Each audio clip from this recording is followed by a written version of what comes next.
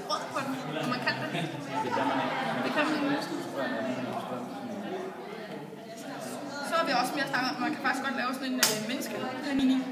Du sætter strøm til den, den kan jo klappe sammen. Men for eksempel så vil jeg godt gøre det her. Okay, hvis du sparker mig væk. Nej, Emil, du skal ikke gøre det. Fordi det synes jeg irriterer, hvis du gør det, og der skal det kan man gøre. Fik du stød? Nej. Det er fordi strømmen, den går direkte igennem også. Så den gør ikke noget med det der? Den går bare udenom, fordi jeg er sådan en dårlig leder. Men for eksempel det, der som er meningen, det er, at jeg skal lægge mig ovenpå, så skal jeg sætte resten. Okay. Er du klar til at lave lidt ristning derovre? Hvad så?